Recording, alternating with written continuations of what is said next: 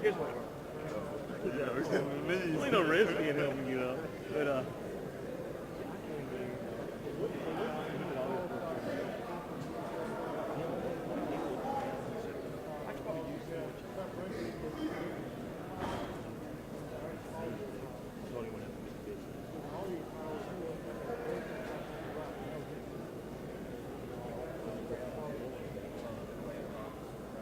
we let him build a system for us just temporary for inauguration.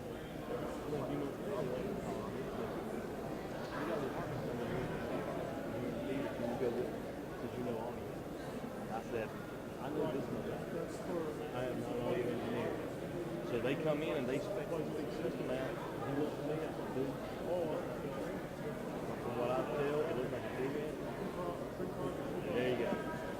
So pretty much what happened was it came up. From the way it looked, they came and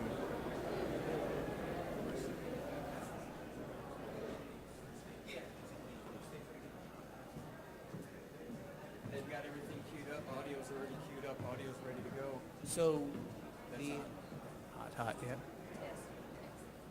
We got a mic in case there's going to be any questions, which I don't. I leave that off for now. Okay.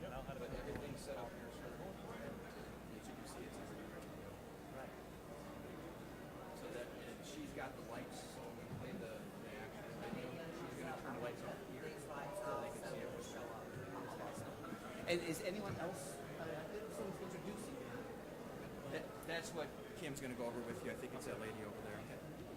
Is she? But he's the only one with remarks, right? Or can I leave these here? Yes, sir. You can leave them there. I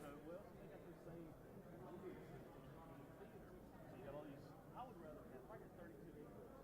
Give me a board with 32 inputs. I'm gonna label them and I'm gonna go green, green, green, green. I can do that. I'm not good at it, but I know I'm doing it. This thing is layered, and this is these, and now you're seeing these. I just don't like it. I'm just not a fan at all.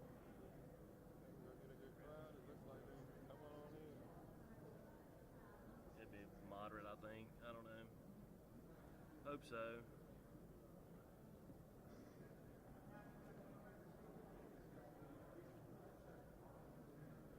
Well, looks like the stream's going out.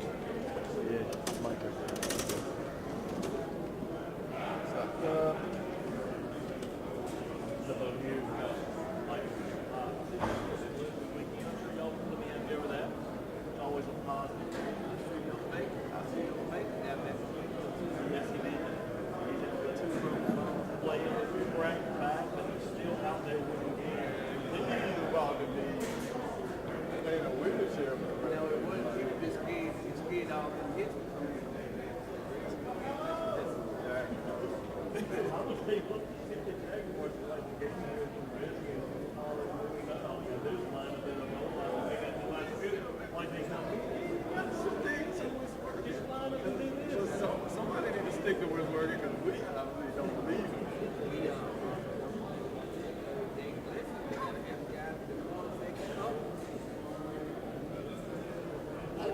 He probably picked them. Scared. Yeah.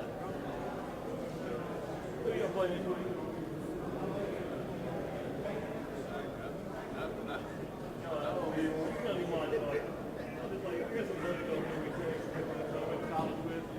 Two of us Cowboys fans, two of us are Kansas fans who live on the DC.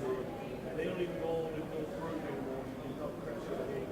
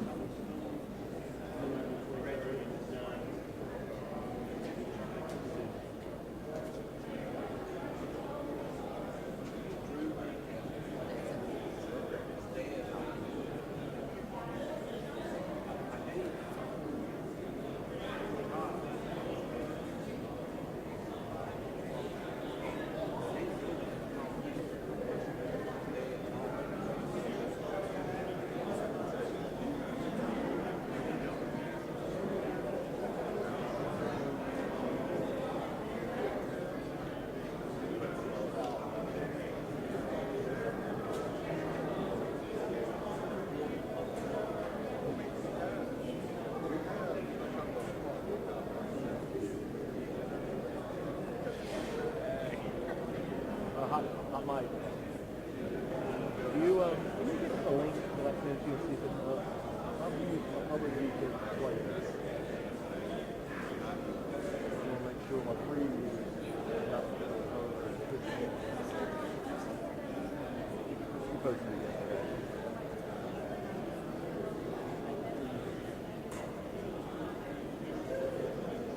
You're probably going to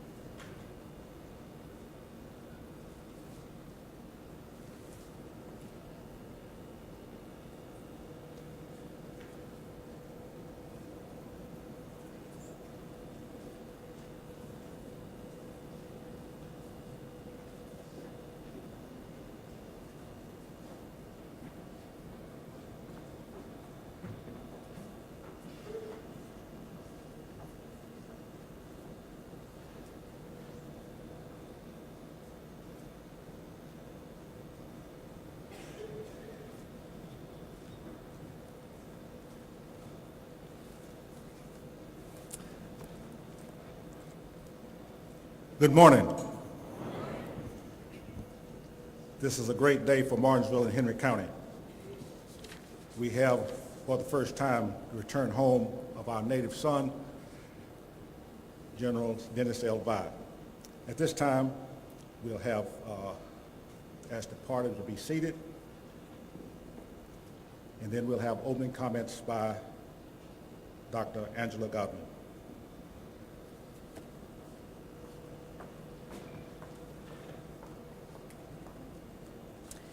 Welcome to Patrick Henry Community College. We could not be more delighted than to have you here today. And let us all say from the Patrick Henry Community College family, the Patriot Nation, that we give the most sincere welcome to you, General Vide. You truly are both an aspiration for all of our young people and an inspiration to us all. And we cannot tell you how honored and humbled we are that you would choose this very special day to be with us here. Thank you all of our many, many special guests, our dignitaries. We're delighted to have you in the audience. And we want to say most of all, thank you and welcome to our veterans. We are honored that you would spend the day with us, and we're honored for the service that you provide to both the United States of America, to the Commonwealth of Virginia, and to our community. Ladies and gentlemen, would you...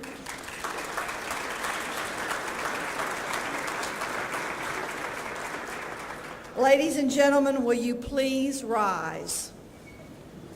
And remain so for the posting of the colors, our national anthem, the Pledge of Allegiance, and then the invocation.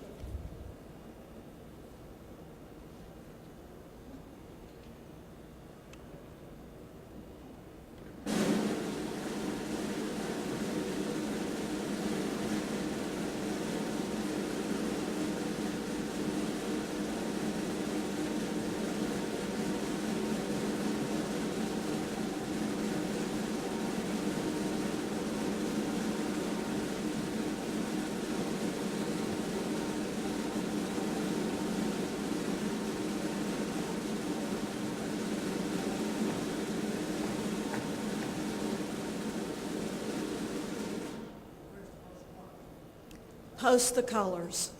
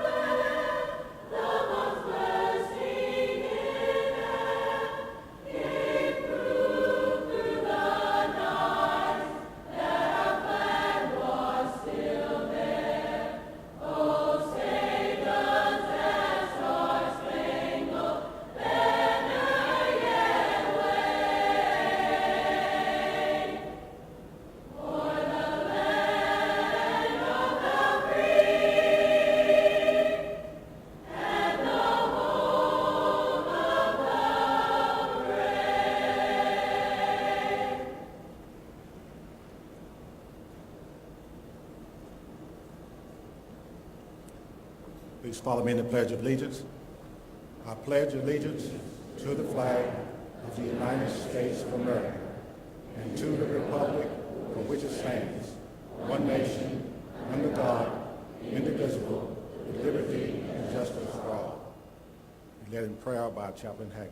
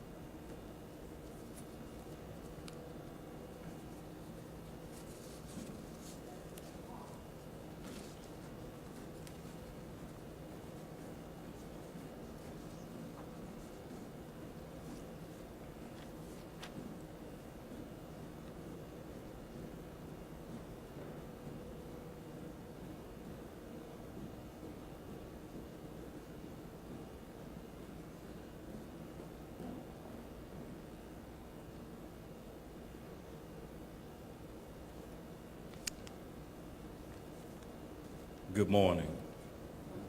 May we allow our hands to represent our need and desire to extend God's grace and mercy towards us this day forward as we reach out and hold our fellow citizens' hand that represents compassion and unity as a community. O gracious, eternal, almighty God, it is we, your children from the surrounding areas of Martinsville and Henry County, who have gathered again another year, touching and agreeing to petition you for your power and presence in this community and our country. We need your help and healing for your veterans and military today. Lord, years ago, our grateful nation in 1918, in the 11th hour of the 11th day, in the 11th month, gathered to end the war of all wars by signing a temporary truce called armistice. But because they realized the sacrifice and loss of our military among the citizens on foreign soil became too great to bear. So we have gathered here again because our veterans, military, and their families continue to go through so much that we continue to pray John Newton's song. Through many dangers, toils, and snares, we have already come. 'Twas grace that brought us safe thus far, and grace will lead us home. For the airmen who soar our skies, we know where our help comes from. From the soldier who marches the grounds, we know where our help comes from. From the sailor who sails the seas, we know where our help comes from. For the Marine who goes beyond, we know where our help comes from. Today, O God, we continue to remember the women and men who have served in the greatest military and sacrificed over the years to bring freedom and peace to an entire world. We remember those from World War I, the Korean War, the Vietnam War, Operation Just Cause in Panama, Operation Urgent Fury in Grenada, the Gulf War, NATO peacemaking efforts in Bosnia and Albania, Operation Iraqi Freedom in Iraq and Kuwait, and Operation Enduring Freedom in Afghanistan. Loving God, as we gather here today with our hearts full of the memories of our friends and comrades who served under arms in the wars of this great country.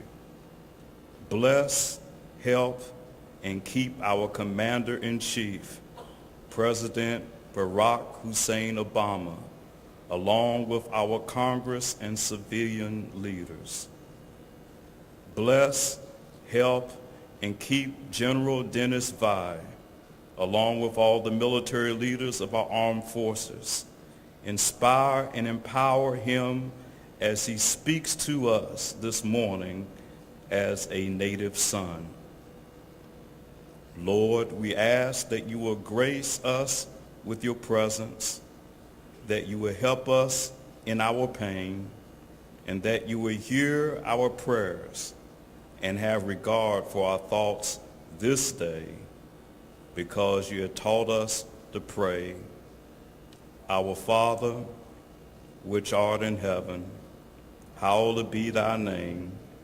Thy kingdom come, thy will be done in earth as it is in heaven. Give us this day our daily bread, and forgive us for our trespasses, as we forgive those who trespass against us. And lead us not into temptation, but deliver us from evil. For thine is the kingdom, the power, and the glory, forever and ever. To the Alpha and the Omega, to the author and finisher of our faith, to the only God and Redeemer who sacrificed his life for our liberty, let all say, Amen. You may be seated.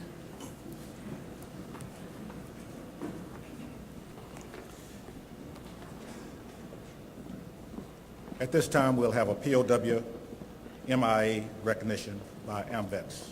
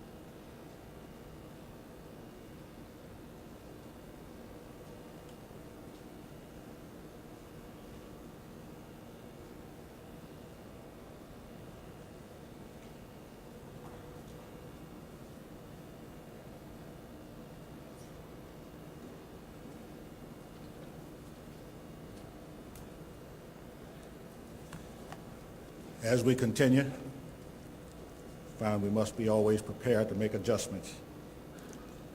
At this time, we'll have introduction of General by Commander of Homestead Post 78, Warren Sonny Richardson.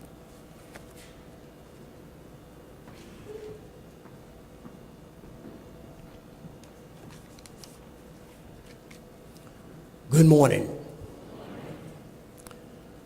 General Dennis L. Vi is the 18th Commanding General of the U.S. Army Materiel Command, one of the largest commands in the U.S. Army, with nearly 65,000 soldiers and civilians, having an impact in all 50 U.S. states and 145 countries around the world.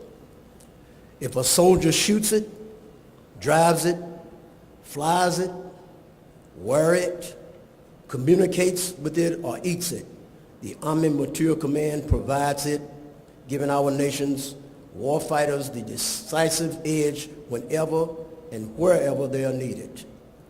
A native of Henry County, Virginia, he received his primary and secondary education in the Henry County school system and graduated from former George Washington Carver High School, Fieldale, Virginia. General Vi was first commissioned as a Signal Corps officer after graduating as a distinguished military graduate from Virginia State University. He went on to earn a master's degree from Boston University and also graduated from the U.S. Army Command and General Staff College and the Army War College. Throughout his career, he has held a variety of critical command and staff assignments to include recent responsibilities for the task force in Southeast Asia that removed the U.S. military's equipment from Iraq at the conclusion of operations. He has also commanded a battalion in the 82nd Airborne Division, a brigade in the 3rd Armed Corps, as well as organizations in Mannheim, Germany, and Fort Monmouth, New Jersey, and served as a principal director on the Joint Staff in the Pentagon. General Vi is married to the former Linda A. Brown of Warsaw, Virginia. They have 2 sons, Brian and Bradley. General Vi holds the unique distinction of being the only Signal Corps officer in the U.S. Army history to achieve the rank of 4-star general. He is also a longtime member of the American Legion Homodilla Post 78. Ladies and gentlemen, it gives me great pleasure that I present to you this morning General Dennis L. Vi.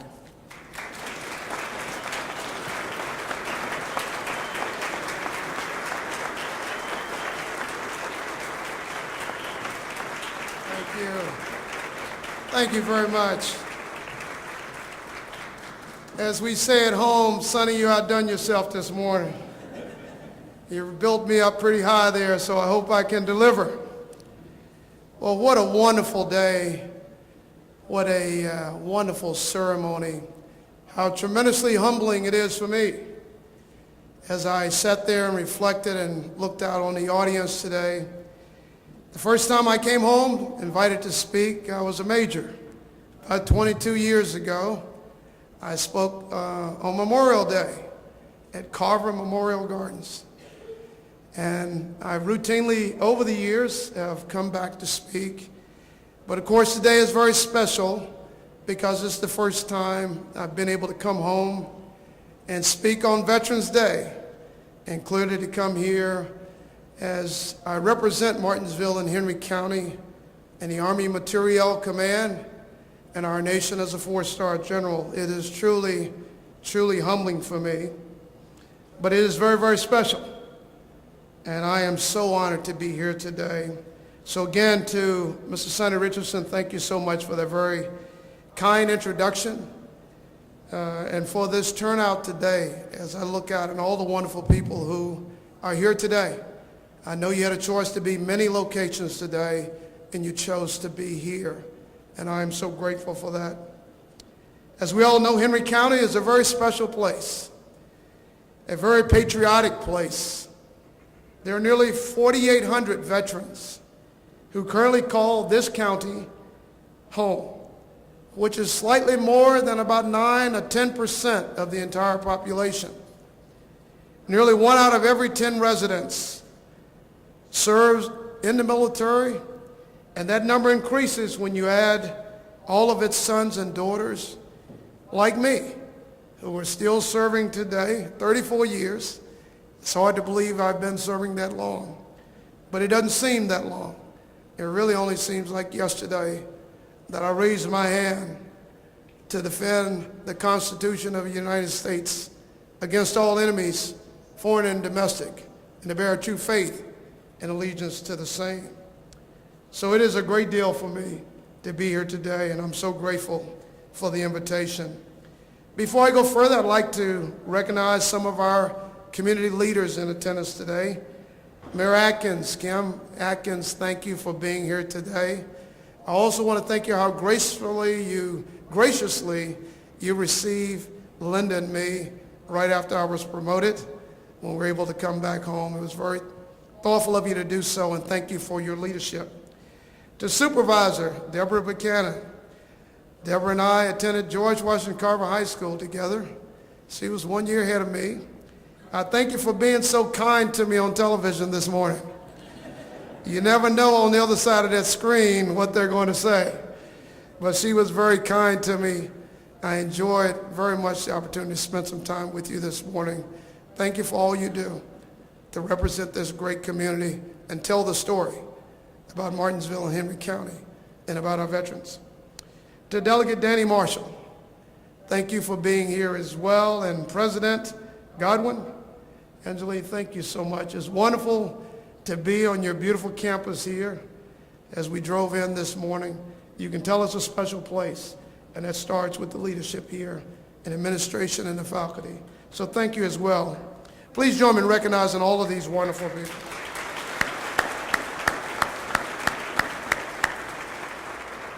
I'd also like to recognize all of our veterans organizations who are here today and members, American Veterans, AMVETS, American Legion Post 78 and 42, Veterans of Foreign Wars, Post 2820, 4637, and 10840, and also the Marine Corps League, Post 908, and also the Magna Vista High School Choir, performing the national anthem, and I know they headed on to Magna Vista. I plan to visit there a little later today.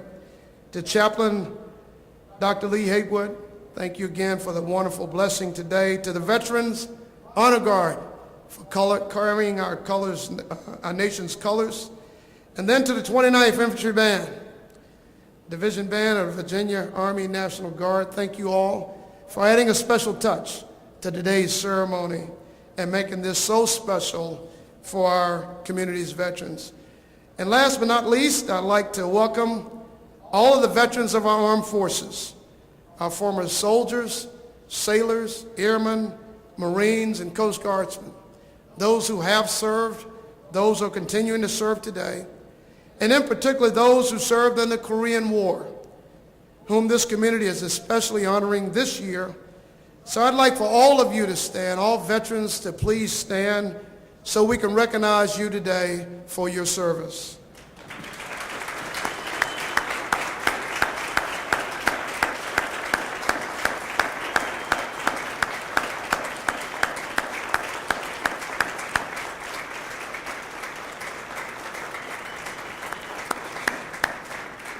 And certainly there's one veteran that I cannot go without recognizing, although I recognize all, and that's my high school teacher, Mr. Edward Fontaine. He's a veteran, and although I'm certain in 11th grade he didn't know I was going to go into the Army, but he was such and continues to be such an inspiration for me and for thousands others. So Mr. Fontaine, you have to stand because he takes credit, certainly for me being here today.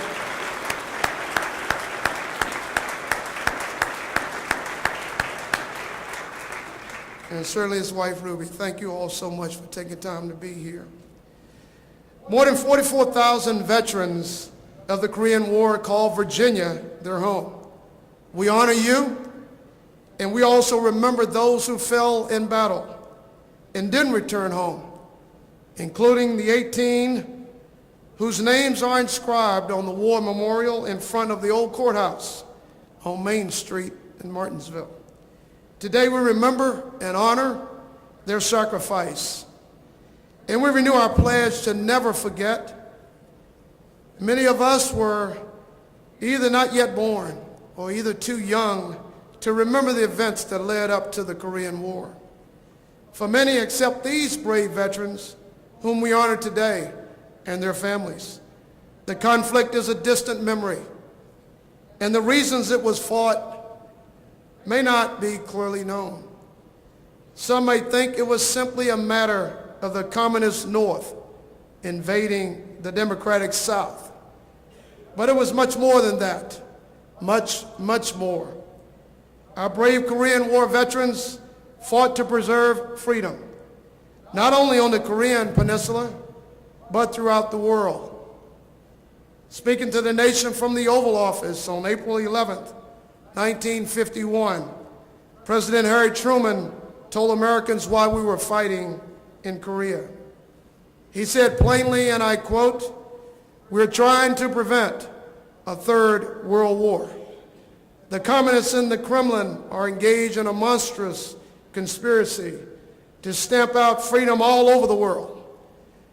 If they were to succeed, the United States would be numbered among their principal victims. It must be clear to everyone that the United States cannot and will not sit idly by and await for foreign conquest, unquote. So as you've just heard, the stakes could not have been higher.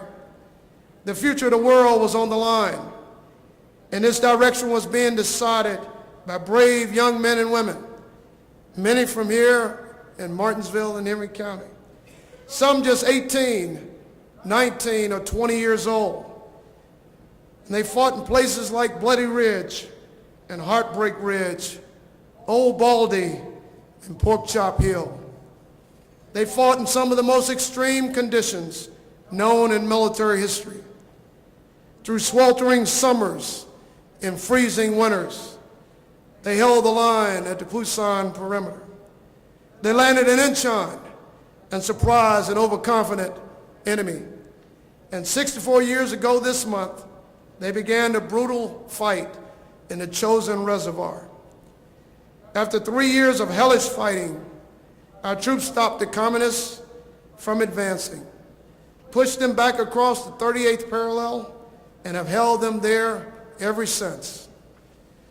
During a ceremony last year marking the 60th anniversary of the Korean War armistice, President Obama spoke for all of us when he said, and I quote, "Korea was a victory. When 50 million South Koreans live in freedom, a vibrant democracy, one of the world's most dynamic economies, in stark contrast to the repression and poverty of the North. To our Korean War veterans, that's your legacy," unquote. I've had the opportunity to visit our troops in Korea several times throughout my career, and twice since I've commanded the Army Materiel Command, most recently in April of this year, and I can attest to the President's statement. What you achieved there was remarkable and lives on to this very day. In all, more than 5.7 million Americans served in the Korean War, and more than 33,000 gave the ultimate sacrifice. 7,875 are still missing, which is why we always remember them in ceremonies like this. And we will never stop our recovery efforts until every last American is accounted for. The Korean War veterans did not return home to ticker tape parades like those of World War II. As one veteran explained it, and I quote, "We just came home, took off our uniforms, and went to work," unquote. And that was about it.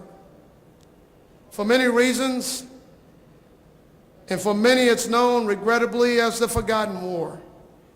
But don't tell that to a Korean farmer who lives near the Punch Bowl, a huge volcanic crater where some of the war's furious fighting occurred. During last year's armistice ceremonies, that farmer told a newspaper reporter, and I quote, "Without America, everything would belong to North Korea. There would be no food, no life. We would be stuck in one country without communications with the outside world. But in South Korea, we love freedom and democracy. That's why we can develop so much," unquote.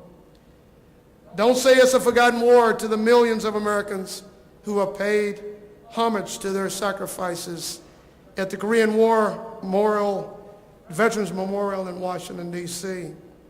Nearly 20 million have visited the memorial since 2008, and more than 3.2 million visited last year. I've been there also.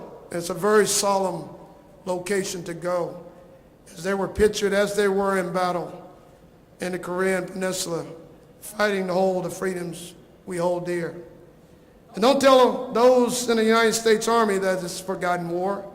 We will always remember and honor our veterans no matter how many years pass.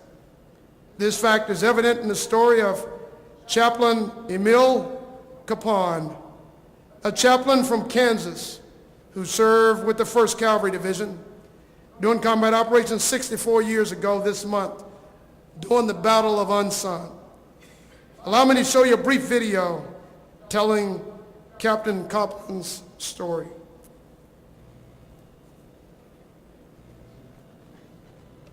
There are many stories about heroes throughout our nation's history.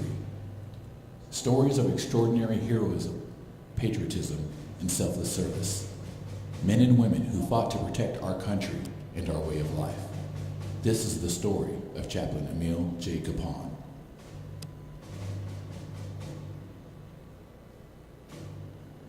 Chaplain Capon is assigned to Headquarters Company, 8th Cavalry Regiment, 1st Cavalry Division. Chinese Communist forces have encircled the battalion, outnumbering them. Chaplain Capon moved fearlessly from foxhole to foxhole under direct enemy fire in order to provide comfort and reassurance to outnumbered soldiers.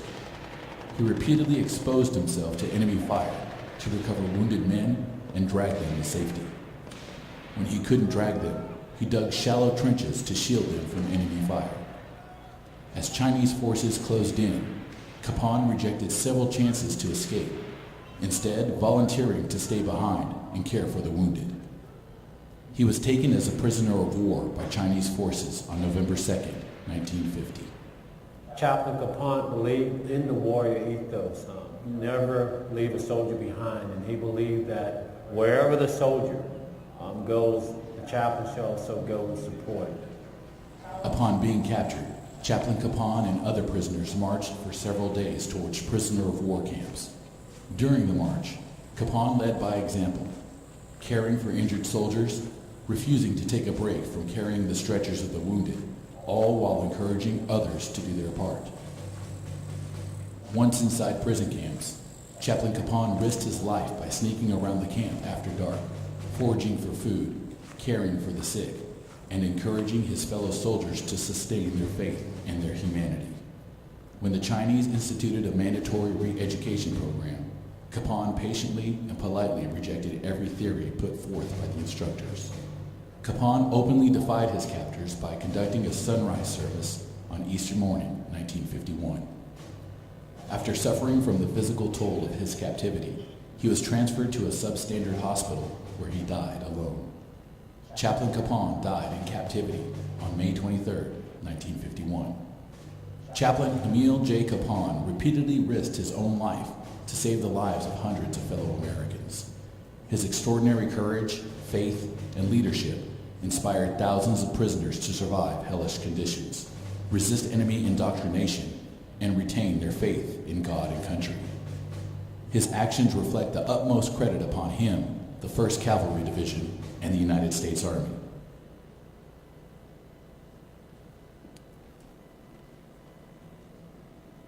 When you think about Chaplain Capon, he's representative of the thousands of men and women who deployed in harm's way and are continue to be deployed in harm's way today, defending the freedoms we hold so dear as a great nation. He was initially awarded the Distinguished Service Cross, but because of his actions on November the 1st and 2nd, 1950, his award was upgraded to Medal of Honor last year. President Obama presented the medal to the chaplain's nephew during an emotional White House ceremony on April the 11th, 2013. Before presenting the award, the president shared a rather poignant detail of Chaplain Capon's story that illustrates the courage and loyalty among our soldiers. When the chaplain's unit was captured and he was being led away, the president said, and I quote, he saw another American wounded, unable to walk, laying in a ditch, defenseless. An enemy soldier was standing over him, rifle aimed at his head, ready to shoot. And Father Compline marched over and pushed the enemy soldier aside. And then as the soldier watched, stunned, Father Kaplan carried that wounded soldier away, unquote.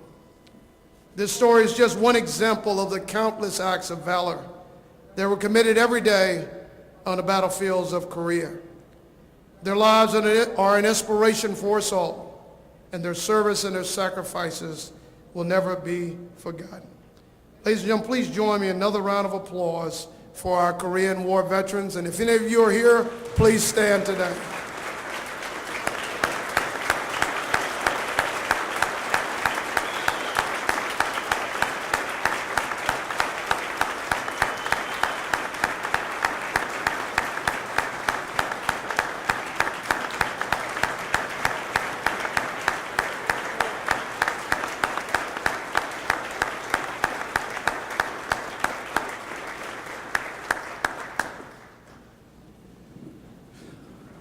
Before I conclude, I'd like to say a word about our newest veterans. During the last 13 years of war, many young men and women have followed in the footsteps of our Korean War veterans. They have deployed to Iraq and Afghanistan, sometimes 3, 4, and 5 separate times. In fact, since the attack on September 11th, more than 2.8 million Americans have served in the wars in Iraq and Afghanistan, and our military has now been at war longer than any time in its history. Nearly 6,900 have died, and more than 52,000 have been wounded, and there may be countless acts of valor on the battlefield. They served honorably, they fought bravely, they sacrificed, and some even paid the ultimate sacrifice. And with each returning veteran, for each fallen hero, the bells of freedom continue to ring. We can honor their service and sacrifice by maintaining solemn observances like Veterans Day and Memorial Day, by teaching the next generation about patriotism and those who sacrifice everything for the freedoms they enjoy, by keeping the faith with our veterans and their families, and by keeping veterans organizations like the one here today vibrant and effective. Your support of these organizations means more than you ever will know. Again, to all of our veterans, past and present, thank you for your service and your sacrifice, and thank you for making the world a safer place. The United States today would not be the United States we enjoy without the service and sacrifice of the men and women who today volunteer to go into harm's way to defend the freedoms we hold dear, along with their families who sacrifice as well in supporting them. May God continue to bless our veterans and our soldiers deployed harm's way, also our sailors, our Marines, our airmen, and our Coast Guardsmen, the civilians who support them and their families, and may God continue to bless the great United States of America and our armed forces. Thank you all very much.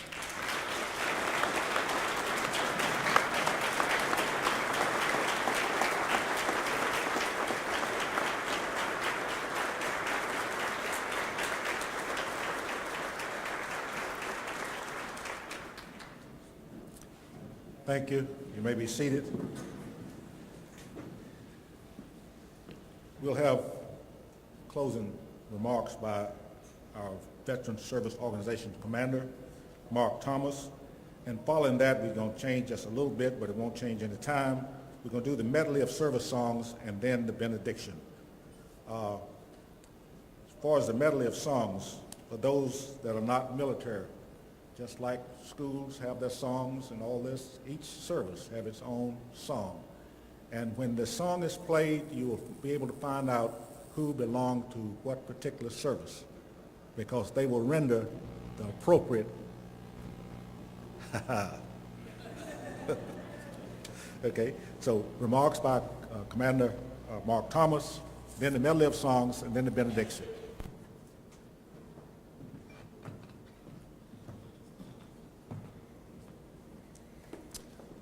Thank you, General Via, for your remarks today. Before Captain Hagwood sends us on the road with our benediction, I want to thank General Via, Mrs. Via, for y'all taking time out of your itinerary to come visit with us today. I would like to thank Ms. Godwin and Patrick Henry Community College for providing this venue, and certainly a warm welcome we've received since we've been here. All the veteran service organizations, commanders that are here, I work with them monthly, we meet. And I've never met a more professional bunch of people that work volunteering to help other friends and veterans. Veterans Day is a very emotional day, and I want to thank every veteran that's here today. And please join us for some refreshments after the service. Captain Hagwood.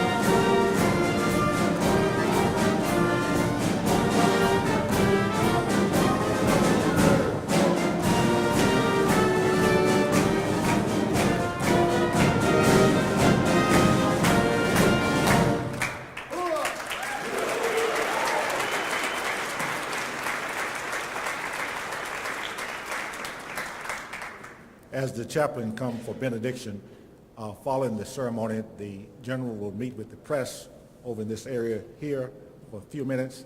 Then he will meet with the recruiters in room 101, and then he will meet the general public. Thank you. Chaplain Hagler.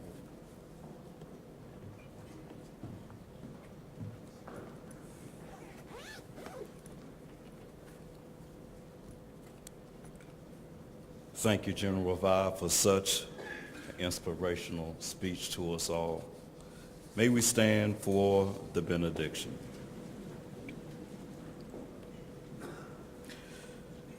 May the strength of God sustain us.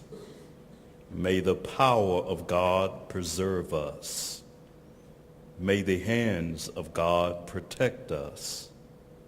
May the way of God direct us. May the love of God go with us this day and forever. Amen.